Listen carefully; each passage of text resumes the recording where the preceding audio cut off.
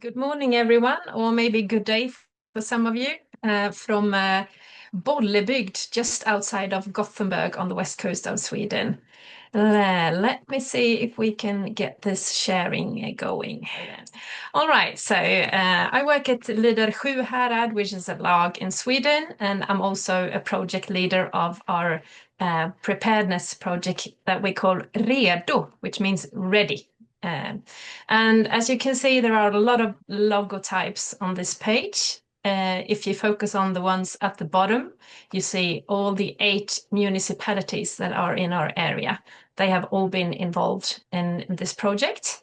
You can also see a black logotype, which is a private actor, All in Nature Sweden. That's where we got the expert in this project, and the rest is a non-profit organization. So like a proper lead project, we got all 3 sectors here: private, public, and non-profit. Okay. So this project was basically, at the beginning, it was basically just a set of workshops. And maybe you see that there are 2 flags, EU flags now. That's because in form, this is actually 2 projects. We call it Redo all the way, but it's one in the old program period and one in the present right now. So I put it all together for you as it's connected. So in 2023, we focused on a set of workshops, one in every municipality, that focused on lectures and group discussions and a lot of talking and what kind of crisis could appear in our area and how can we prepare together as a society. 2024, we wanted to do this again, but we wanted same people to come back, but also new people to come to our workshops. And we wanted to make a difference. So we put the PowerPoint presentations away and we just focused on scenarios and really experience-based sessions. A lot of practical stuff. And the workshop leader is Torbjörn Selin. He's an expert in crisis preparedness and survival skills. So him and we've been doing these workshops, setting them up together. And I would like to give you a quick look of what it can look like during these sessions.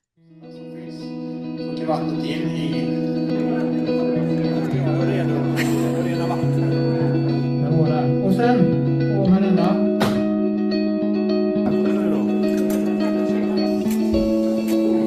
Sådär ja!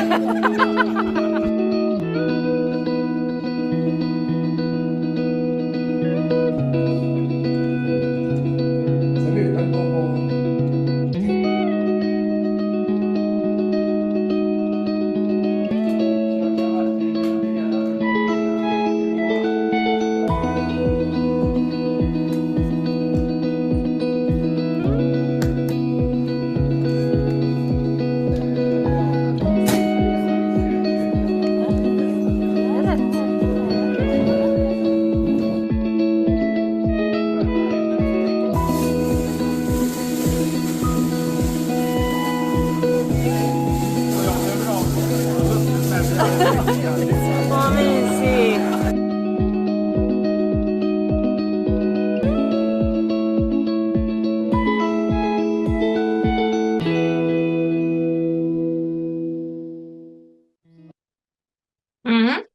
And as I told you, we've been a lot of stakeholders and partners in this project, and collaboration is really the key here.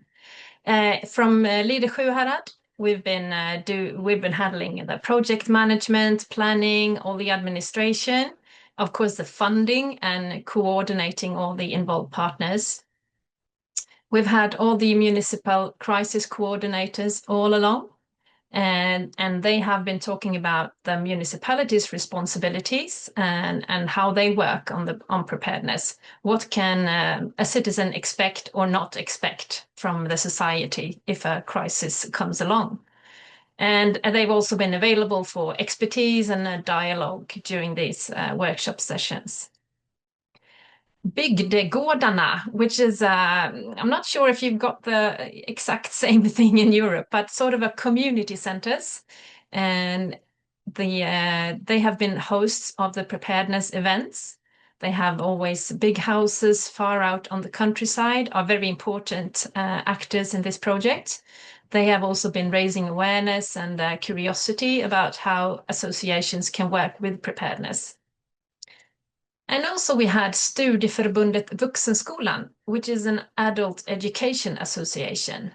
Because this project is pretty much to focus on the question, focus on the theme, but as a leader project, we can't be there to keep it going forever. So it was important to bring along an education association that could bring material and also offer study circles afterwards as a follow-up. Other stakeholders and non-profit organizations that we had involved were the Swedish Red Cross, the Swedish Blue Star, and the Swedish Civil Defense League, and also LRF Ungdomen. LRF is the leading organization for farming, forestry, and rural enterprise in Sweden. And this is their youth section in our leader area. In this project, we also arranged a Pep and Prep fair. Pep and Prep means sort of preparedness and get inspired and be prepared, you could say. And the theme was preparedness, self-sufficiency, and outdoor skills, because those three themes goes very well together. If you can light a fire or clean water in nature, you're also going to be prepared if a crisis comes along at home. And this fair was very successful. We had 2,000 visitors, 64 exhibitors, and 11 lectures. And I'd like to show you what it looked like.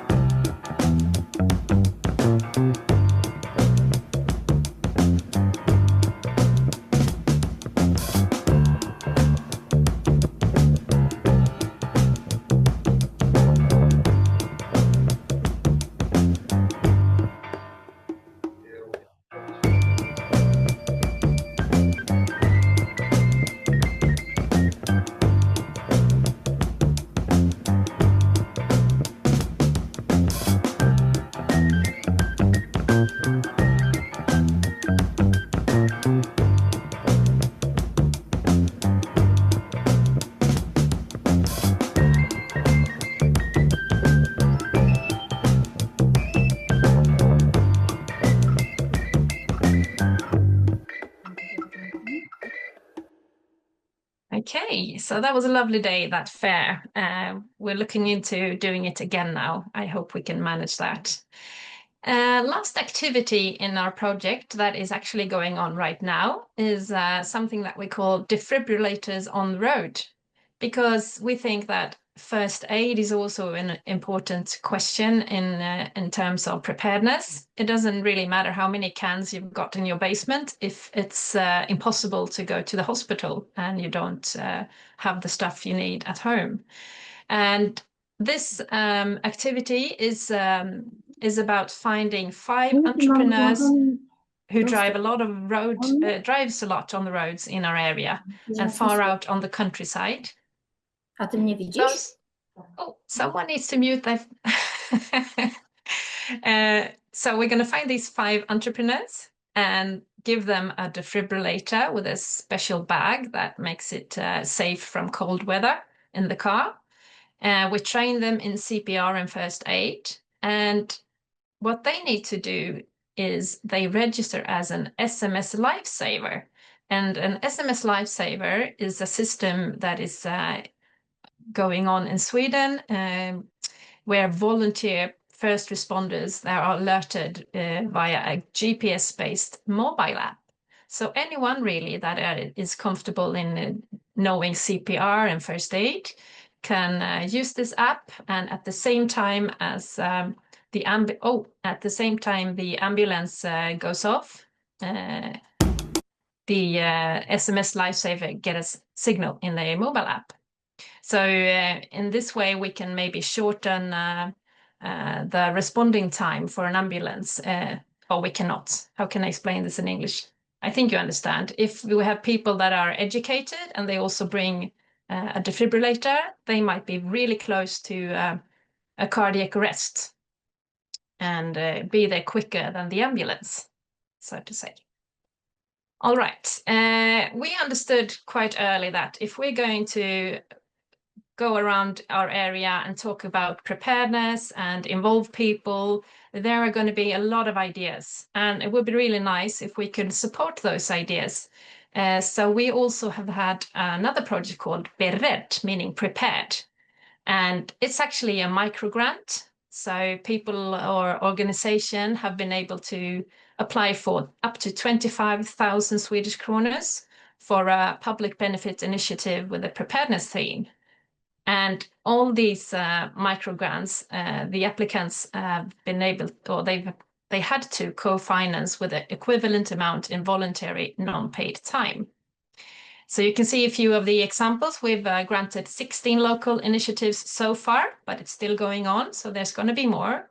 And you can see in the pictures, some of the initiatives are food preservation, defibrillator and CPR education, backup power, and preparedness lectures. One example is also a scout group that used the support to improve their facilities. They already have their own building, they have their own well, a fireplace, and trangistos, and now they applied for sleeping bags so they can shelter people in need during a crisis. All right, so what knowledge flows and address needs have we got? Well, this project strengthens cooperation and communication between public sector, non-profit organizations, and citizens. Local actors share practical experience, while experts provide training and crisis insights.